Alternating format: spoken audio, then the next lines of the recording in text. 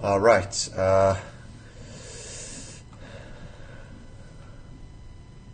Just got a few issues. Yeah, we're having some weak connection. Let me just try to connect here. Brother Rob, can you hear us? We're gonna have to try to reconnect, inshallah. Just wait a second here, inshallah.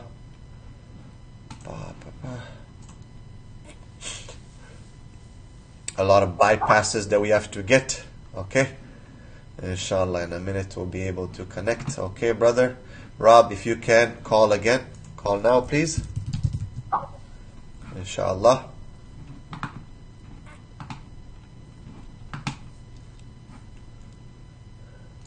Brother Rob, you can call now, inshallah. There we go. Bismillah. Okay, can you hear me now? There we go. Alhamdulillah. All right. Alhamdulillah. Loud and clear. Bismillah.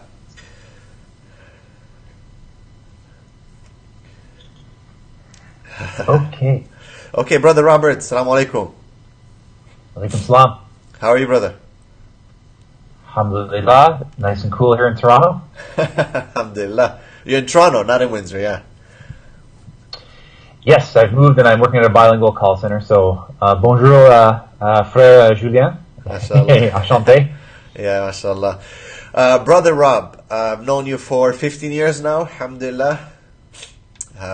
It's been a long time. We share a lot of similar views on this issue.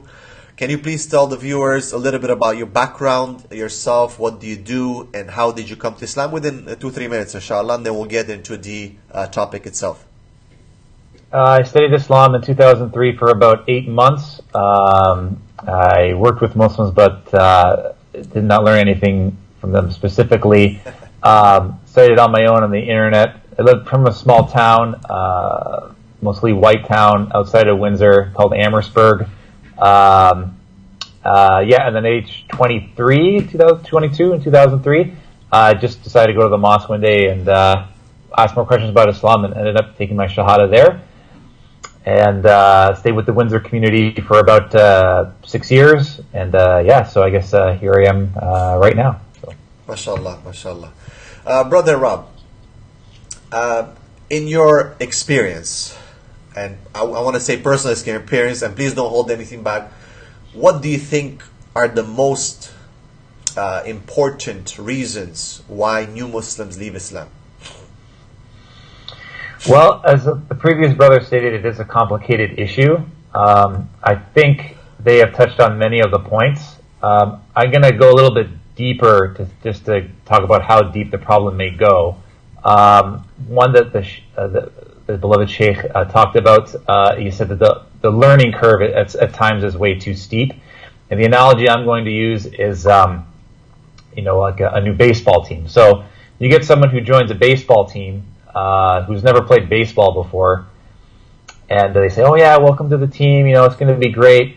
And then you have all these players who have played baseball their entire lives, and then you take this new baseball player, and they don't even know how to hit a ball. They don't know what the rules are. They don't know the language, the terms, or you can liken it to people taking a first-year undergrad and putting them in graduate school. Some people, mashallah, are able to make this steep learning curve. Like the brothers here on this show. However, many new Muslims are not ready to take that step, and they need a more gradual approach. As the Sheikh stated before, the Sahaba were the best nation, and even they, spent 13 years of just La ilaha illallah Muhammadur Rasulullah before the gradual rules and hukm started coming in. So that was the best nation. Here with converts in 2018. It's almost like, you convert and then day one it's like, okay, here's the manual, here's Sahih al-Bukhari, read it all in 2 days. And then, because the mentality of, and I don't want to be too critical of, the Muslim community. I know they want the best for converts. So I want to be very gentle in, giving this type of criticism. But I think their mindset when someone becomes Muslim is that how can we turn this guy into the next Muslim superstar? Because the only converts that they see are the ones in the media, not in the media, but like, that have reached a very high status. And I think, for them, it's like they think, how can we turn this guy into the next, superstar? Whereas many converts are not ready, to meet up to that expectation. So that's one. Another thing is that, and I don't think I think Brother Julie may have touched this on a little bit as well, is that converts when they convert to Islam, are expected to assimilate. And what I mean by that is, a lot of times people convert, especially coming from like a white background, there's no other people from your community, like, your qawm, in that mosque, which is nobody's fault. I mean, that's just the way it is. And the mosque tries their very best to, try to help support this, brother or sister. But at the same time, you feel that there's nobody there that you can relate to, unless you meet like another convert. So, I remember driving to Windsor and being in this, with the Muslim community in the mosque, and it's like being in a totally different world. Like, they're very supportive. They really, want to help you out. At the same time, you always have in the back of your head that, wow, I'm in a totally different culture now. Like, men and women are separated. I'm sitting down when I eat. Nobody's swearing every 2 seconds. Everyone's saying Alhamdulillah, MashaAllah, Allahu Akbar, things like that. It's just a totally different, the food's different, and nothing wrong with that. But when you go back to your home, when I went back to my hometown, it's almost like I just went through a wormhole and now I'm back to my regular, mostly white Canadian town where, like it's a party atmosphere and, the way people speak is different, the culture is different. So it's very difficult to integrate your culture and where you come from into becoming Muslim, which is it can be a very tricky thing to do at times. So that's another issue. So a lot of the times, and this definitely plays a role, is that for people born into a Muslim family, or, like coming from a Muslim country, they already have like a support network around them. And it's not to downplay or say that like they don't go through challenges. Absolutely, they go through incredible challenges. Their family may have family members totally against them being Muslim or wearing the hijab. I've seen that from a lot of sisters who are born into Muslim families. So, but in generally speaking, like they can celebrate Eid with their family, they can have iftar with their family, they can have suhoor with their family. They share a shared language, culture, and heritage with the people in their own ethnic group. So they already have that foundation that they're Muslim, and this is like their identity, right? That doesn't make you a Muslim, obviously. Like what makes you a Muslim is the 5 pillars of Islam. But for converts, we have none of that. So the only thing we have to fall back on is our practice. So that's why there's more of an emphasis placed on on praying and practicing, because that's the only thing we have to fall back on. So that's another concern. And to add to that, I think when we talk about supporting new Muslims, mosques will think, okay, we need to support the new Muslim. But what does that mean? Does that mean that we're going to ask their family if they want to come talk to the imam or the sheikh or like a learned brother or sister? Does that mean we're going to reach out to their community and try to allay some of the fears associated with, this person who just converted to Islam? Are we willing to, take that step and take a holistic approach in talking to the whole community? So that's the third. The fourth, and this is a very controversial topic. I'm going to try to address it in the most sensitive way that I can. But in the West, in the last 5 to 10 years, Muslims, especially in the last 2 years since the election of Trump, Muslims feel threatened in the West, especially those who are visibly Muslim. Yeah. So they have almost had to forcibly ally themselves with many different groups, right? So a lot of these groups are more left-wing, in the university level, because they want, they feel threatened, so they want to ally themselves with as many people as possible. The difficulty with that is that many of these groups have beliefs that are totally the opposite of what Muslims believe, or are contradictory to what Muslims believe. So that becomes problematic for the convert, because a lot of the times these more secular, non-practicing, nationalist Muslims, allying with all these different groups, they really have no use for the convert, really. To them, Islam is like their identity and nothing more. It's like an us versus them mentality. They don't allow us to start dialogue with the other side, dialogue with non-Muslims who are opposed to Islam. Their approach is to get rid of Islamophobia. We need to make it illegal. Make Islamophobia illegal. That's their approach. Call them out as racist. If they say anything against us, which makes it difficult for us because these are our friends and family. We have no choice.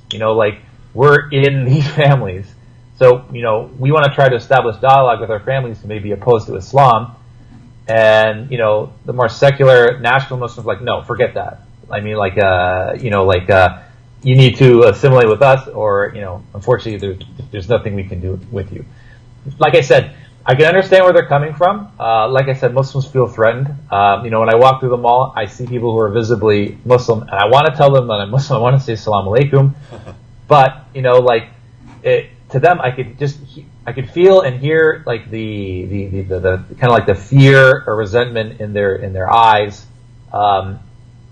which to them, it's difficult for me to understand how they feel, and it's difficult for them to understand how I feel, because they have a Muslim family, I don't.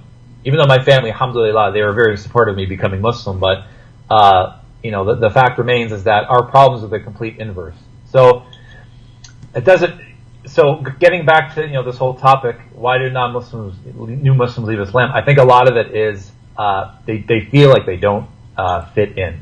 It's difficult for them to fit in with the greater Muslim community, with the immigrant Muslim community. Mashallah. Okay, so that's part of it. Did you have anything else to add, or I know I'm talking a lot? No, that's good, mashallah. Can I need you to call me back because your image is stuck, and I don't want people to miss this. They can hear it, but your image is stuck. Can you just call me back in 1 second? Do you want me to call you back? Yeah. Okay.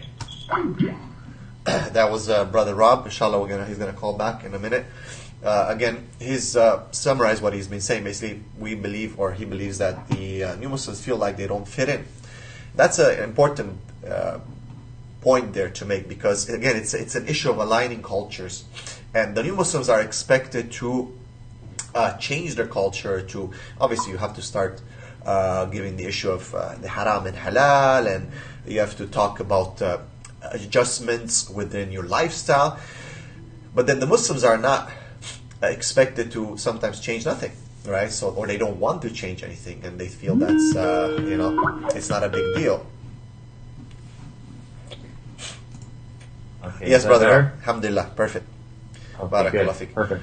Okay, so I was just so basically, Brother Rob, one of the things is when we become new Muslims, when we embrace Islam, culturally speaking, we are expected to have a lot of changes. Now, I'm not talking about stopping drinking alcohol and not dating. These are things coming from the deen. This is halal and haram. I'm talking a lot of times the community is expecting us to behave in a certain way, to maybe even dress in a certain way, to start becoming, as one of the brothers was saying, kind of like Desi or Arab, or, adopt a certain culture, which is not necessarily Islamic. I mean, it might have Islamic elements to it, but doesn't mean that it's a Sharia type of thing. But a lot of the times the Muslims don't do any effort to accommodate their culture, or pretty much change their culture to accommodate us. What do you have to say about that? I think it's a sensitive issue, and I think there needs to be a balance, because Islam has its own culture with it, but at the same time, culture just encompasses so many things, culture, food, clothing, the way you interact with other people, the way you interact with family members. And, again, asabiya is haram. We shouldn't think that one culture is better than another, or one ethnic group or one color is better than another. That's totally haram. At the same time, I think we should not. We should allow people to integrate their cultures into Islam. So, for example, and I know that the next episode we're going to be talking about solutions. Yeah. But even something as little as, for example, if you have a lot of Latino or Latina converts at a mosque, why not have like a Mexican iftar, right? So, like little things like that, things to make us feel like, because you have to understand, for the new Muslim coming into this mosque, they may feel like, they're having a lot of difficulties feeling accepted in the first place. And, like they're going into a totally different culture where they feel that like whatever people do, that's like a mode of worship, even if it's cultural, but at the same time, that's not our culture. So, we start to feel like inferior, like, like we don't belong here. So it plays a role. I'm not going to say that's the main reason why people leave Islam, but I think it has something to do with it. And we need to understand that new Muslims are maybe coming from a totally different culture. And we have to accept the fact that, alhamdulillah, we're all brothers and sisters, but at the same time, there are differences in the way that we do things, and that we should respect those differences, and it's okay to have those differences. MashaAllah. And I think that's a good medium approach to it, instead of going to one extreme or the other. MashaAllah. Thank you, Brother Robert. Brother Robert, I'm going to hang up with you right now, and if you're staying online, I'll get you back in a few minutes. I'm going to bring in Brother Zubair, who I'm sure you know from Toronto, MashaAllah, course Zubair. Inshallah, to have him talk, because he's got to leave in a few minutes. And I have a few questions for you, Brother Rob, after that, inshallah, okay? Okay, I'll call you back. Time out. Assalamu alaikum. That was Brother Robert. Inshallah, I'm going to have Brother Zubair, that we also know as Coach Zubair, who works with new Muslims. I'm going to try to get his input on this, inshallah.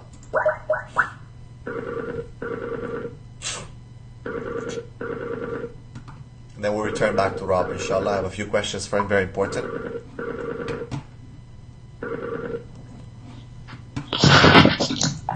Assalamu alaikum, Sheikh. Wa alaikum salam wa rahmatullahi wa barakatuh, brother. How are you? Alhamdulillah, jazakumullah khair for having me. Great initiative. Allah bless, accept, and put lots of barakah in this. Hayakallah, barakallah fiqh. I think you have to switch the camera, inshallah. There we go. Perfect. Also, if you can mute your Facebook. It is muted, right? I think I can hear myself. Let me just the Facebook itself. Okay, okay, here you go. So, 1 second. The volume. Okay, how's that now? Let me see. That's fine. Alhamdulillah. Can you hear me? Yeah, I can. Okay, perfect. Okay, Brother Zubair, barakallah fiqh. Please tell us about yourself a little bit. What do you do, and how did you get to do this work, mashallah? Okay, so my day job, I'm into security research, cybersecurity stuff, but more importantly from the Dawah angle, I've been doing different things, trying to fill the gaps where they existed, depending on the need of the time and so on and so forth. So started with teaching Quran, Arabic, understanding Quranic Arabic, then got more into street Dawah training, and I realized that this is all good and there's a lot of people doing that, but right after the Dawah, right after the Shahada, we're not meeting our objective, which is to connect people to Allah subhanahu wa ta'ala. And started to understand why that is happening, and I realized that, for the overall picture of Dawah, it's much more important for me to focus, my resources, my time on basically after Shahada stuff as opposed to the before Shahada, the whole 9 years before Shahada. MashaAllah. Brother Zubair, tell us in your experience, I know you have to go, I think, soon. In your experience, you've been working with new Muslims for a long time, and you've definitely heard so many complaints, I can say, from them. What's the main complaint from the new Muslim that you hear? Something that's often recurring, or you can find it's common among new Muslims? Okay, so if we were to specifically address that question about the complaints from them, then it is basically about, not being able to fit in a sense that, okay, I don't have friends now to hang out and do fun activities. right? And then the second thing is basically about there's a lot of expectations. A lot of things that I used to do are haram, and people are judging me for that. Right, and then me basically, okay, this is haram. You're doing this, your job, your girlfriend, you're smoking, your tattoo, what have you. The third thing is when I walk in, people start correcting me or giving me, strange looks. Okay, then the fourthly is basically about which should not happen, right? I mean, just if we had the good manners of Islam, right? Some of them would be like, okay, false promises, Muslim lying, Muslim not working properly in the society, and maybe taking some of them, not all of them, but this really highlights to them, the culture, right? Okay, taking benefits from the society, not contributing back, or talking bad about the culture or politics, or having strange stereotypes about the non-Muslims. Oh, white people are like this, or black people are like this. And a regular 9-to-5 Muslim may say something like that and not realize that this is where the person is coming from. This is who their family is and who their friends are. MashaAllah, MashaAllah. With regards to the lying and not keeping your words, have you had any encounters with new Muslims who have specifically given you examples of this? To be honest, as a new Muslim myself living amongst Muslims, I think it's just literally, you can go back to the hadith of the Prophet ﷺ where he said that you might be passing by a town towards the Day of Judgment, and you won't find a person that you can trust. Right? Yes. So basically I had specifically one person, subhanAllah, and because I've been mashallah mentoring him from remotely, and he was in the US, and a lot of people okay brother, I'll pick you up for the masjid, inshallah, tomorrow we'll go, I'll pick you up, this and that, and then they won't show up, right? So that's one example of it. And then obviously he was dealing with some Muslim employers, salary issues and things like that. So these are just basic things which are haram and should not even happen in the first place, regardless of Muslim, non-Muslim. But from a perspective of da'wah, as Allah subhanahu wa ta'ala says, وَلَا تَتَّخِذُوا أَيْمَانَكُمْ دَخَلًا بَيْنَكُمْ فَتَزِلَّ قَدَمٌ بَعْدَ ثُبُوتِهَا, right? There's a specific emphasis is that not to do things that will basically deter someone from the path of Allah and cause somebody to slip from the path of Allah subhanahu wa ta'ala. So these things definitely exist. That's just from that angle. Now, obviously, if you were to allow me, then there are two other segments of the society which are also, contributing to the cause of new Muslim, leaving Islam. And again, as you mentioned, we're not talking about the solutions, but just identifying the different roles within the society, if you will. MashaAllah. Fadl, go ahead. Anything else that you want to add to that? Sure. So, okay, first thing I would definitely like to point out, and I was trying to listen and make sure that, I don't become redundant. I think first of the thing you need to realize that this is a light, it's a gift from Allah subhanahu wa ta'ala. At the end of the day, faith for myself, for a new Muslim, for a non-Muslim, for anyone else, right? And Allah subhanahu wa ta'ala is not unjust. On the other hand, He is very, very merciful. So if you start losing that light, or if the light starts decreasing in you, fundamentally, to be very bitter or very clear and, brutally honest, it is a problem with yourself, right? If your faith is going down, it's a problem with yourself because it's a gift from Allah subhanahu wa ta'ala. Now, at the same time, part of our iman as a Muslim is also, basically, if you take simple stuff from Surah Al-Asr, right? It's your own iman, it's your amal al-salihat, your own righteous deed. And from a community perspective, Allah subhanahu wa ta'ala says, وَتَوَاسَوْا بِالصَّبْرِ وَتَوَاسَوْا بِالْحَقِّ وَتَوَاسَوْا بِالصَّبْرِ. So we have to remind and encourage and advise each other, right? So the point being now, am I doing my full responsibility towards others? So basically, if you think about it, it comes down to three stages. One is a new Muslim himself or herself. And then the second area is the people who are, involved in da'wah. And Sheikh Tim Hamble, from what I heard, really, raised that point about from a da'wah team perspective. And then the third is the general community. So if I were to step back, from a perspective of the person, the individual, at the end of the day, it's his or her ownership as well. That look, I have now found my Lord. I've found the path to my Lord. It's my individual responsibility to gradually grow towards that. And now we are living in an age that every problem can be solved, in the sense that if you have any problem, any social problem, you can go online and you can find solutions and tips and webinars and so on and so forth. So what can I do to consistently increase my faith And these are things like, I would probably say about like, if you want to change your nutrition, your body, your workout routine, it's common things, have good company. Again, we don't want to talk about solution, but the point is, what is the individual doing to help himself or herself to keep that, that faith life? Just like, you are responsible for finding a charger for your phone, right? And you try to find a charger for your phone. If you're traveling, you would carry that, adapter, converters, and what have you, or ask the hotel, hey, do you have a converter for me so I can charge my phone? So you have to keep charging your, faith or feeding your soul and what have you. So that's the individual's responsibility.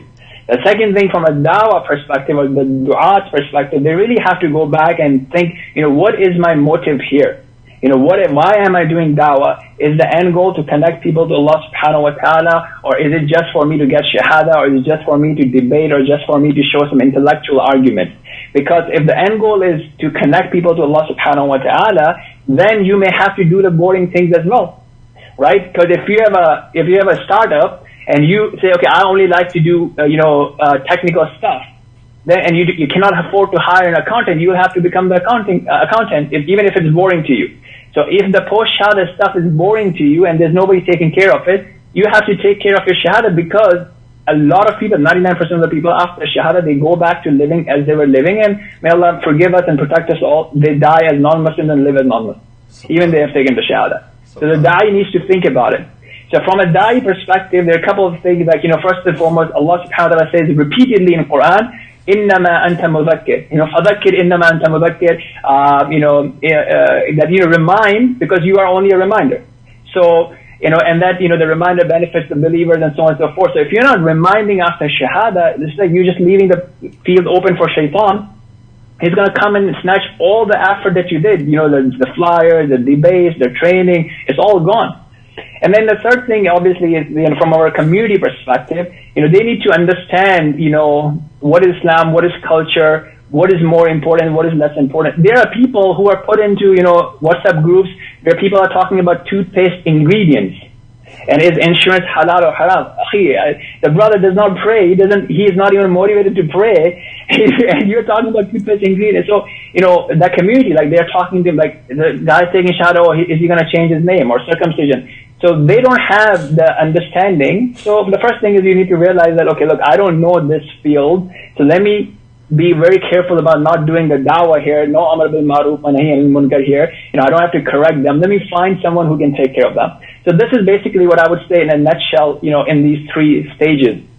And finally, two more things I would mention with your permission, inshallah. Look at the Surah Abas, right? How Allah subhanahu wa ta'ala actually corrected and advised the Messenger of Allah sallallahu alayhi wa sallam when he was prioritizing the da'wah to an influential non-Muslim over taking care of a new Muslim, the Sahabi, if you were to say, right? And Allah subhanahu wa ta'ala corrected him, look, that person, the Sahabi, the blind companion, radiallahu anhu, he was more worthy of your attention than this influential non-Muslim. And then if you were to talk about the concept of, okay, how much resources and time should I spend in proactive da'wah to non-Muslim versus taking care of new Muslim, again, Allah subhanahu wa ta'ala tells us in, Surah At-Tawbah, that it's not for the believers to march forth, all together. So that is basically, any sort of proactive stuff, if you will. But for a party of them to remain behind, learn the deen, and, warn each other and advise each other and so on and so forth. So, alhamdulillah, we have a lot of these framework and guidances that are, mentioned there, in which we need to now reflect and, keep thinking, what are we doing? Is it working or not working? Are our resources appropriately coordinated, or is there an imbalance here, inshallah? MashaAllah. Barakallah fiqh, brother. Just a question. There's some statistics that show that about 60% of those who take the Shahada bounce back or leave Islam. Have you seen anything, or what do you think from your experience? Is that true or not?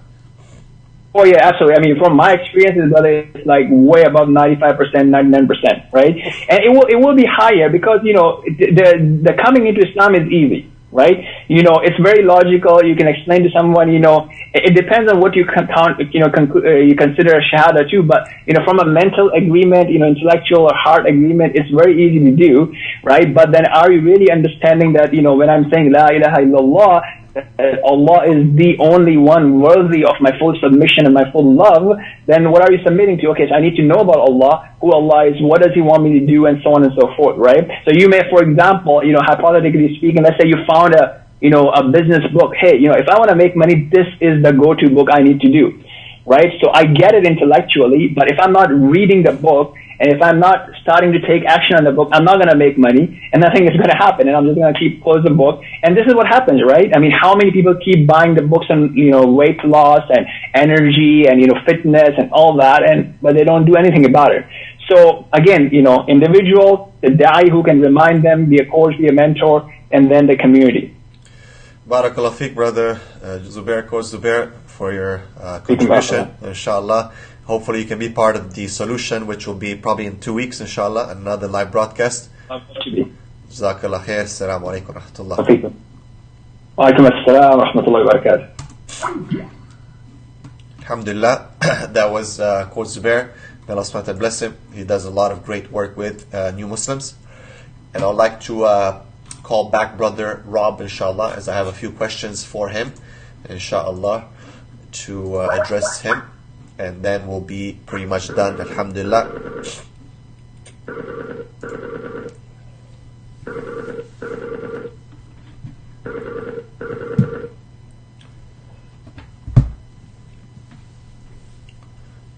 Assalamu alaikum. Alaikum salam, Rob. Hey, alhamdulillah. Yes. Did you have any specific questions? Yeah, Brother Rob, I had a few questions. You were talking about the new Muslim superstar behavior, or the phenomenon that takes place. A lot of the communities, when they hear someone, they become Muslim, or they see someone in the masjid take shahada, they try to push them to start telling their story, to start giving lectures, to start doing videos and whatnot. I think we've all experienced it, have we not? Does that contribute in some way to affecting the new Muslim, leaving Islam? What happens with that? Why would that take place? What do you think, Brother Rob? Absolutely. So what happens is, when you place these new converts on a pedestal, and the new Muslim is still dealing with all of these issues, converting to Islam, changing their lifestyle, when they start making mistakes or committing sins, they start to feel so much shame because the community had such high expectations of them that they feel like, I'm not good enough to be, this kind of community leader. I can't show my face around the mosque. I had a beer. I committed zina or anything less than that. They start to feel that, okay, I didn't live up to the mosque's expectations, and that's when they feel like they can't show their face around the mosque again. So that's definitely plays a role. There are other factors as well. It's just the basic fact that you're just a celebrity now. Everyone thinks, oh yeah, celebrity status is so great, but a lot of celebrities are not happy just because they're in the spotlight and there's just very little room to breathe. So it's great to feel like the brotherhood and the camaraderie, but sometimes you just want to be on the down low. I mean, you may be dealing with emotional issues, depression, anxiety, and it's difficult to have to deal and be like this this sort of leader when all this stuff is happening around you. So a lot of these new Muslims, either they're not ready for it, or they sort of take on the role for a little while and then they just crash because they're still dealing with their own issues, basically. Mashallah, mashallah. That's a great thing. And one of the things that I see, Brother Rob, is I feel that they get criticized a lot. So they've been put on a pedestal. They're very popular and whatnot. And then they make a little mistake. A lot of people push them. Oh, he's so great. He's mashallah, mashallah, mashallah. And then he says a little thing that might not agree with some people, or one mistake, and then people start coming down on him. You are not the real Muslim. You're a fake Muslim, or people start really, hitting them really hard. And then this leads to some kind of hatred towards these people. What do you think? Have you experienced anything like that, or do you agree with that?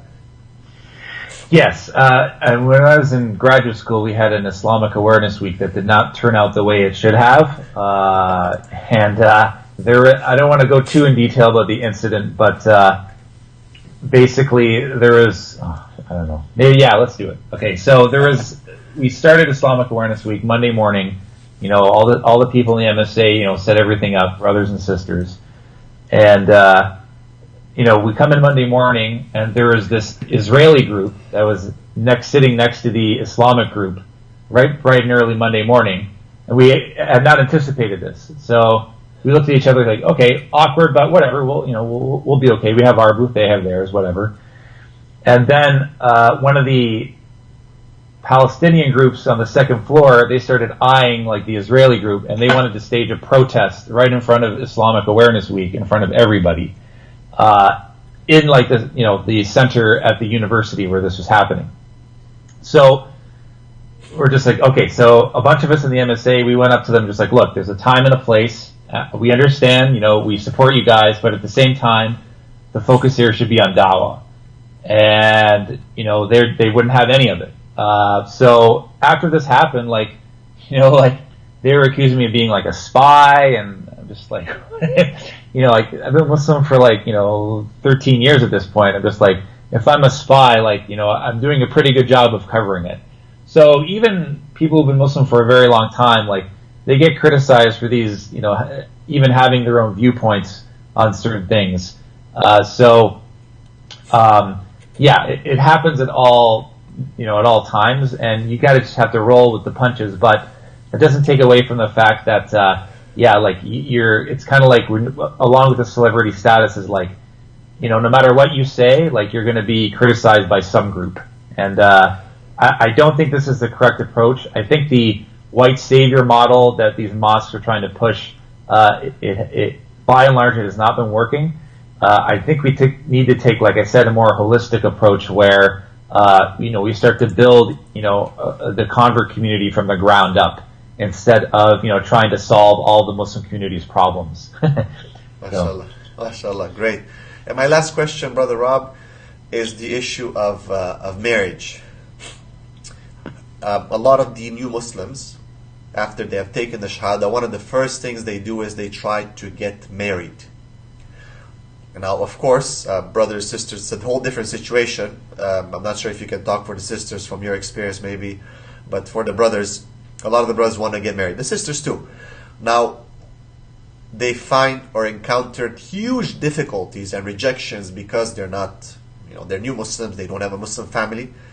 Also, they do have some marital problems because of the incompatibility. A lot of the times they want a Muslim who's been Muslim for a long time, from a certain culture. A lot of times they're infatuated with their culture, and they think that life is going to be perfect. They're going to marry an Arab Muslim or a Pakistani Muslim, with all due respect to them.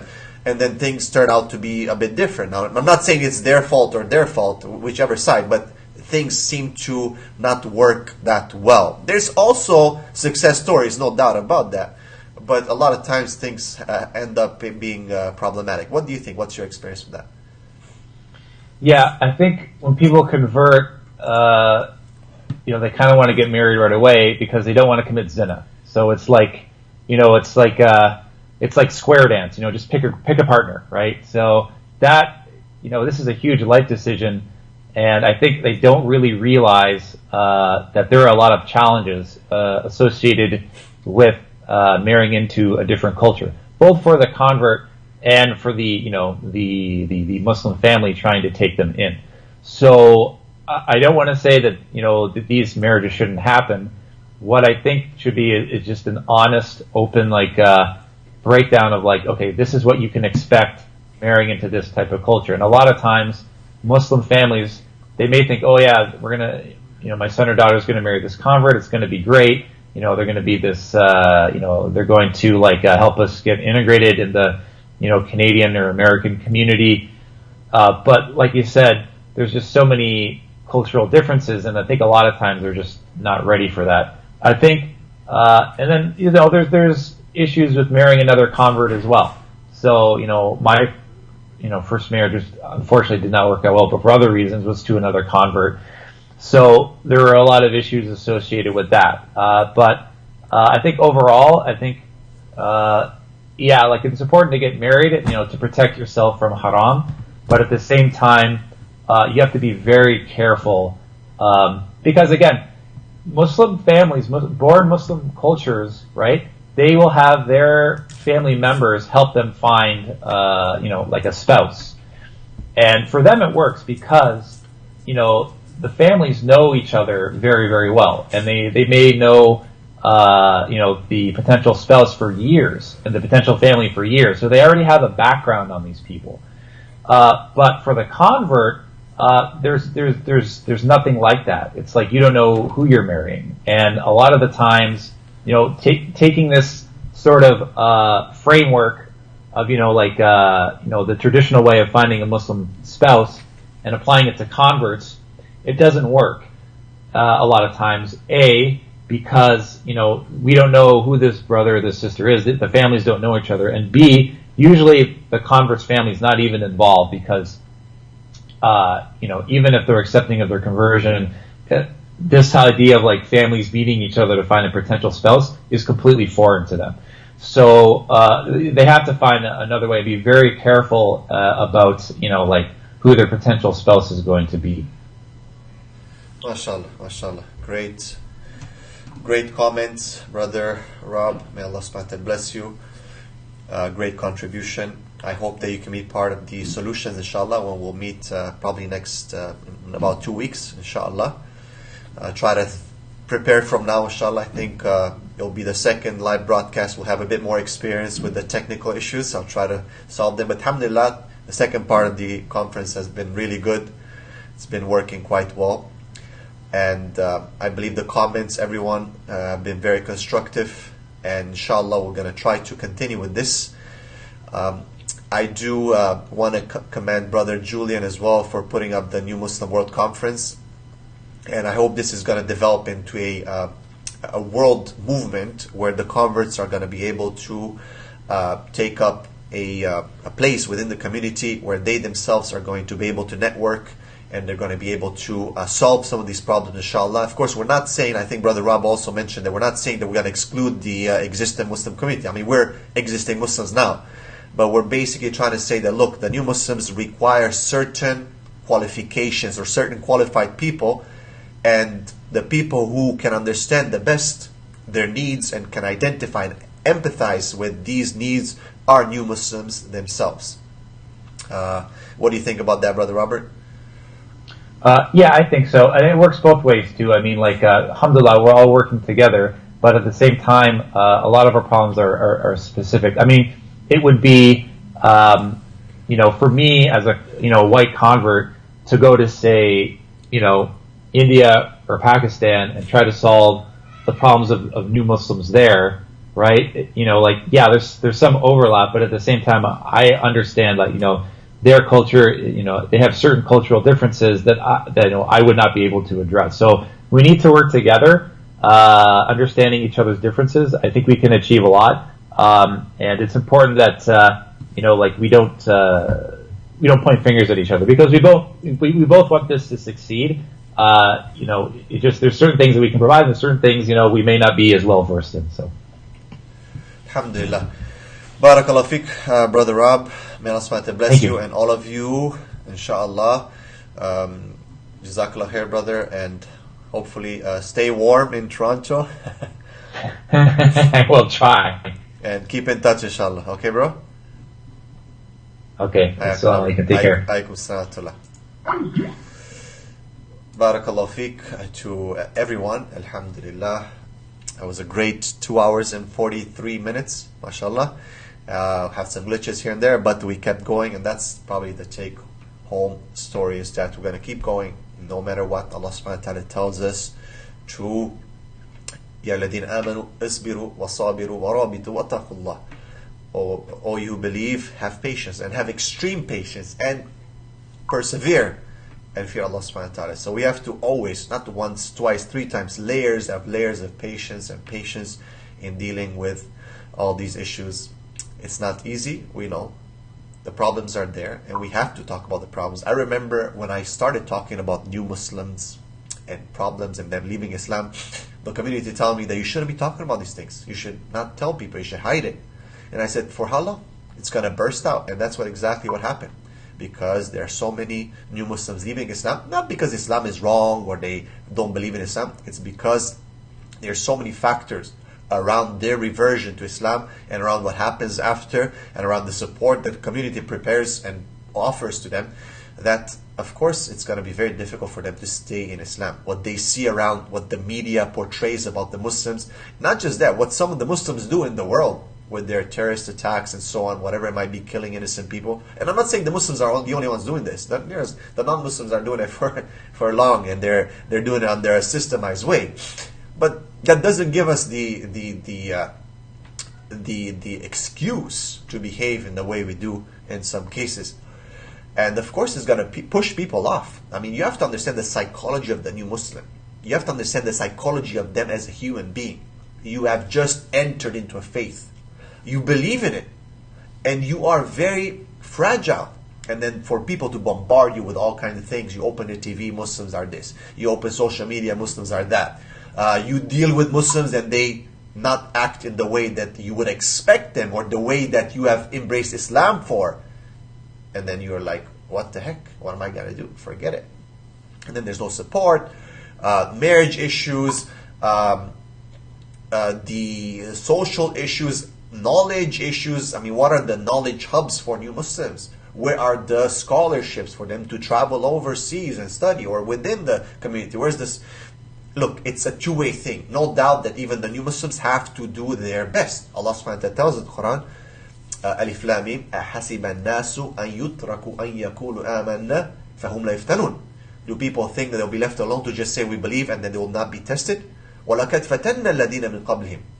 And Allah subhanahu wa ta'ala says that He indeed tested those before them. فَلَيَعْلَمَنَّ اللَّهُ الَّذِينَ صَدَقُوا وَلَيَعْلَمَنَّ الْكَاذِبِينَ. Allah subhanahu wa ta'ala tells us that He has tested them, so to show the ones who have really believed and truly believed and embraced Islam sincerely for the deen, and the ones who have actually just playing around or lying. Because a lot of people come into Islam and they're just like, yeah, I want to see how Islam is like. Oh, I like Islam, it's cool. Oh, Islam is hip. Oh, Islam gives rights to this. But they don't know Islam is a package. And they embrace Islam for a pick and choose type of, behavior that they exert or exhibit. They just pick and choose things that they like, that resonates with their mentality, whatever might be hip at that time in fashion. And they think Islam is cool. Islam is very much pro or against racism. So people think that, wow, Islam is really good, it's against racism. And then they enter into Islam and they find certain things that they might not like, and they say, you know what, this is not for me. I only like that part. And then sisters say, oh, Islam gives women rights.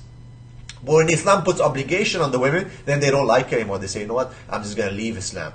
So the new Muslims also have to put in a lot of effort, because Allah subhanahu wa ta'ala, as one of the brothers said, it's a light from Allah subhanahu wa ta'ala, it's a blessing, it's a gift, and you have to protect that gift. At the same time, it's not me saying, we look at the system of the Prophet sallallahu alaihi wasallam, and how did he take care of new Muslims? They didn't just say, okay guys, let's all come together. Ashhadu an la ilaha illallah, ashhadu anna Muhammad Rasulullah, takbir, Allahu Akbar, eat halal chicken, don't do this, don't do that, and so on, and okay, talk Allah. May Allah be with you. No. He used to protect them. He used to send teachers to them. He used to get people to live with them. There used to be a ukhuwah or brotherhood and sisterhood between the existing Muslims and new Muslims. Take care of society. He used to stand in the middle of the masjid and say, who will pay the debt of this person? Who will marry this person? Who will take care of this person? And then the people would compete to do this. Why? Because they believed in Allah. These days we just want to close into our houses. It's my family. I have to take care of my problems. I can't let them come into my house. Who knows what they'll bring in? Who knows what mentality? Who knows what behavior? Who knows? Well, you're never going to know until you try it. And the Prophet ﷺ didn't have that attitude. He didn't say, who knows what will happen? Or I don't want to corrupt the existing Muslim community. No, you have to understand. Once your ground and your foundation is strong, then you don't have to fear anything. That you're strong. And yeah, there'll be problems. Don't think that life is just a walk in the park. Problems will come from the new Muslims. Problems will come from the existing Muslims. Social problems, issues, fitting. This is part of life. It's how we deal with them that makes who we are. And it's how we follow the solutions of the Prophet ﷺ that makes us who we are. So we can't just ignore things or try to run away from it. It's not going to solve any issue. And as the fire spreads around our houses, it's going to affect our houses in the end. Don't think that you are safe somewhere and you're okay and I'm just going to deal and take care of my own things, my own family, and while the rest of the people around you might be suffering. Because it's going to reach to you as well. And we find it today that the existing Muslims, people who are coming from Muslim culture, are leaving Islam themselves. So it's a huge issue. It is a huge issue that we need to deal with, inshallah, and we're going to be dealing with this probably about 2 weeks from now. We're going to have another live broadcast, bi'idhnillahi ta'ala. We're going to be inviting some of the guests again and some new guests talking about the solutions. What do we do from now on? And all these live broadcasts, inshallah, we're gonna build towards this great new Muslim World Conference, inshallah, that's going to take place on December 22nd in Manchester, bi'idhnillahi ta'ala. I'll be there as well. Brother Julian, Brother John Fontaine, and others will be there, inshallah. Barakallahu feekum, jazakumullah khair. Definitely, if you have any suggestions, please tell us, inshallah. And definitely, sister, next one will be called something like that. How do you keep newcomers strong in Islam? But this, you have to understand, we cannot water down titles, because this is exactly what we're dealing with. Why are new Muslims leaving Islam? This is the issue. So we cannot beautify the titles. I think that's one of the issues of the Muslim community. We have to understand you can beautify the title. We have to address things as they are. And the Prophet ﷺ used to address things as they are, but we do take your suggestion in consideration. Definitely for the next title will be something like that. How do we keep new Muslims into Islam, or to stay strong in Islam, inshallah. Jazakumullah khair again. Almost 3 hours, alhamdulillah, for putting up with us. Please do spread this video to as much people as you know, as many people as you know. Inshallah, it will be saved on Facebook and we can spread it out. Barakallahu feekum. Jazakumullah khair. Please forgive me for our shortcomings. We tried our best. We didn't give up. Alhamdulillah, we kept calling, we kept pushing, we kept connecting, bypassing, whatever we can do. Inshallah, we're going to keep working on this. Barakallahu feek. Brother Julian, Brother Muhammad Tim Humble, Brother Robert Coach Zubair, Sheikh Nilay Muhammad, Brother John Fontaine, and everyone else. I hope I mentioned everyone. I hope I didn't miss anyone. Barakallahu feekum. Just make sure that everyone has been mentioned. Alhamdulillah. If I missed anyone, please forgive me, as I am just a human being and I make a lot of mistakes. Subhanallah. Brother Rob, Zubair, Sheikh Nilain, Brother John Fontaine, Muhammad Tim Humble, Julian, Brother Julian, and everyone else who participated in the questions, answers, and so on. Jazakumullah khair. سبحانك اللهم وبحمدك أشهد أن لا إله إلا أنت أستغفرك وأتوب إليك. السلام عليكم ورحمة الله وبركاته.